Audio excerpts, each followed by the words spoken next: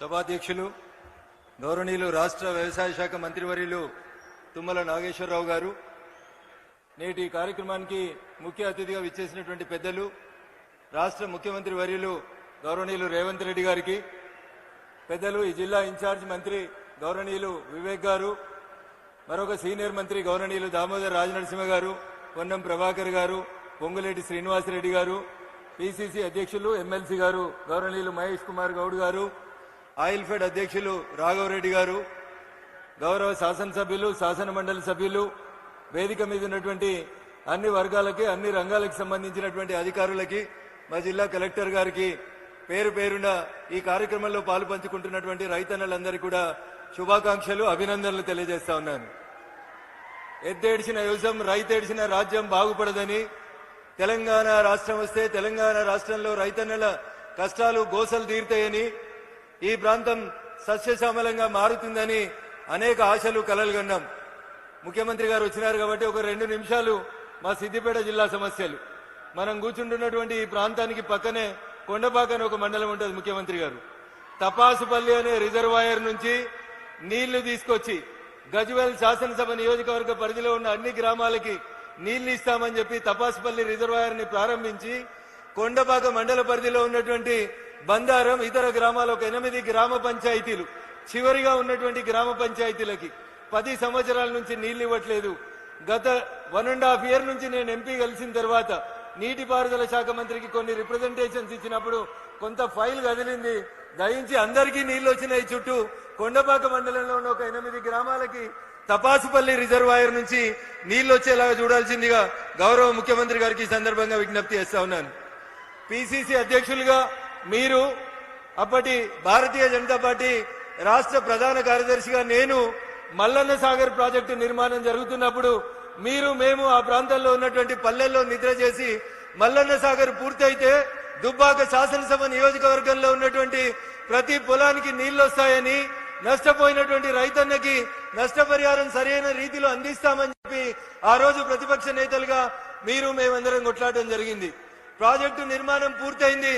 కానీ ఏ దుబ్బాక నియోజకవర్గం అయితే మల్లన్న సాగర్ 50 టీఎంసీల నీళ్లు కట్టడానికి భూమిని కోల్పోయిందో, ఆ దుబ్బాక శాసనసభ నియోజకవర్గంలో ఇంకా చాలా గ్రామాలకి కాలువలు రాలేదు, చెరువుల ద్వారా నీళ్లు అందించడం జరగట్లేదు. కాబట్టి దయచేసి ఈ 2 రిజర్వాయర్లకు సంబంధించినటువంటి అంశాన్ని మీరు, ఇప్పుడు నేను మీకు ఒక రిప్రజెంటేషన్ ఇస్తా ఉన్న ముఖ్యమంత్రి గారు, హైదరాబాద్ వెళ్లిన తర్వాత దయచేసి నీటిపారుదల శాఖ మంత్రితో మాట్లాడి మాకు ఈ 2 రిజర్వాయర్లకు సంబంధించినటువంటి నీటి కోస తీర్చాలని.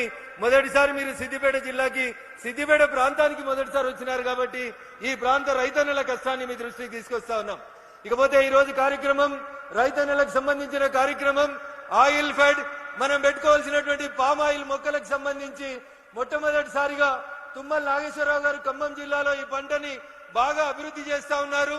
సిద్దిపేట ప్రాంతానికి ఈ పంటను తీసుకురావాలని చెప్పి గత ప్రభుత్వ హయాంలో కొన్ని చర్యలు తీసుకున్నప్పుడు రైతన్నలు భయపడి ముందుకు రాక ఈ ఫామ్ ఆయిల్ చెట్లు పెట్టుకోవడానికి ఇబ్బంది పడుతున్నప్పుడు నేను అప్పుడే కొత్తగా గెలిచినటువంటి దుబ్బాక శాసనసభ్యునిగా నాకు పూర్వీకుల నుంచి సంక్రమించిన 16 ఎకరాల వ్యవసాయ భూమిలో పామ్ ఆయిల్ సాగు చేయడంతో పాటు మా దుబ్బాక రైతన్నలందరినీ కూడా ఖమ్మం జిల్లా అశ్వరావుపేటకు పంపించి సిద్దిపేట జిల్లా రైతాంగం పామాయిల్ వైపు అడుగులు వేసే రీతి లోపల మేము రైతన్నలకు ఆ రోజు చేదోడు వాదోడుగా నిలబడ్డాం.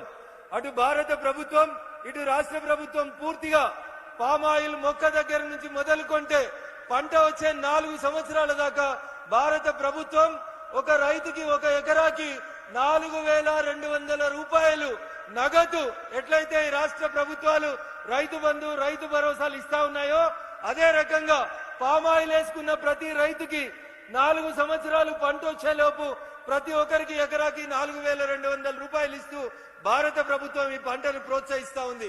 అన్న చాలా మంది వేసిర్రు, ఇంకా మేము వేయాలన్నా?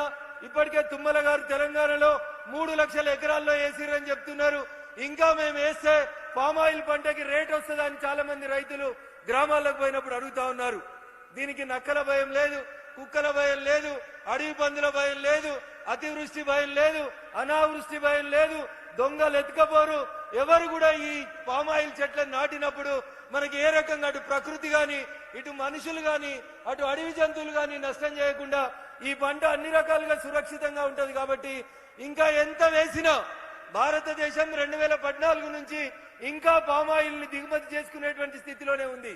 కాబట్టి మనం ఈ రాష్ట్రంలో ఇప్పుడు ఉన్నటువంటి 3 లక్షల ఎకరాల పామాయిల్ సాగుని 10 లక్షల ఎకరాలకు విస్తరించిన రాష్ట్ర ప్రభుత్వం కేంద్ర ప్రభుత్వం పామాయిల్ సాగుని ఎంకరేజ్ చేస్తుందని మీకు కావలసినటువంటి డబ్బులు పూర్తి స్థాయిలో అందిస్తుందని ఈ సందర్భంగా తెలియజేస్తూ రైతన్నల్ని క్రాప్ డైవర్షన్ వరకు క్రాప్ ఎప్పటికీ వరి నీళ్ళు వచ్చినాయి కదా అని వరి పంట వేసే బదులు పంట మార్పిడి విధానం వైపు రైతన్నలు ముందుకెళ్లాలని కోరుకుంటూ హార్టికల్చర్ సెరికల్చర్ తో పాటు పామాయిల్ సాగులో కూడా రైతన్నలు మరింత నైపుణ్యం సాధించే రీతిగా వ్యవసాయ శాఖ అధికారులు ముఖ్యంగా మంత్రి తుమ్మల గారు పడుతున్నటువంటి కష్టానికి మనందరం కూడా వారిని అభినందిస్తూ ప్రతి రైతు పామాయిల్ సాగులో ముందడుగు వేయాలని చెప్పి కోరుకుంటూ ఈ జిల్లా సమస్యలు మరికొన్ని ఉన్నాయి ముఖ్యమంత్రి గారు వాటిని రాతపూర్వకంగా మీకు అందించాలనుకుంటున్నాం. ఉదాహరణకి గజ్వేల్ కి రింగ్ రోడ్ అని వేసిండ్రు, 10 ఏళ్ళైంది రింగ్ రోడ్ ఇంకా పూర్తి కాలేదు. ముఖ్యమంత్రి గారు కొంచెం ల్యాండ్ ఎక్విజిషన్ 2-3 సమస్యలు ఉన్నాయి. గజ్వేల్ కి సంబంధించినటువంటి ఆ రింగ్ రోడ్ పూర్తి చేయాల్సిందిగా కోరుతా ఉన్నాం. అదే రకంగా నేను గతంలో ప్రాతినిధ్యం వహించినటువంటి దుబ్బాక శాసనసభ నియోజకవర్గం రాష్ట్రంలో అనేక రకాలుగా కొంత వెనుకబడి ఉంది. భవిష్యత్తులో ఏమైనా పరిశ్రమల్ని మంజూరు చేయడానికి అవకాశం ఉంటే దుబ్బాక శాసనసభ నియోజకవర్గాన్ని మీరు ఎట్లయితే కొడంగల్ వైపు ప్రతి అంశాన్ని మీ వైపు డ్రైవ్ చేసుకుంటా ఉన్నారో అట్లే మా దుబ్బాక వైపు కూడా ఓ కన్నుంచాలని దయచేసి కుడి చేయి కొడంగల్ అయితే ఎడమ చేయిని కనీసం దుబ్బాక వైపు చూపించాలని ఈ వేదిక ద్వారా గౌరవ ముఖ్యమంత్రి గారికి విజ్ఞప్తి చేస్తూ కొన్ని రోడ్లు కొన్ని కాలేజీలు మీకు వినతి పత్రం అందజేస్తా ఉన్నాం. దయచేసి వాటిని మంజూరు చేయాలని ఈ వేదిక ద్వారా గౌరవ ముఖ్యమంత్రి గారిని కోరుకుంటూ అవకాశం ఇచ్చినటువంటి వేదిక ముందున్నటువంటి రైతన్నలందరికీ కూడా కృతజ్ఞతాభివందనాలు తెలియజేసుకుంటూ సెలవు తీసుకుంటా ఉన్నాను. జై హింద్, జై భారత్.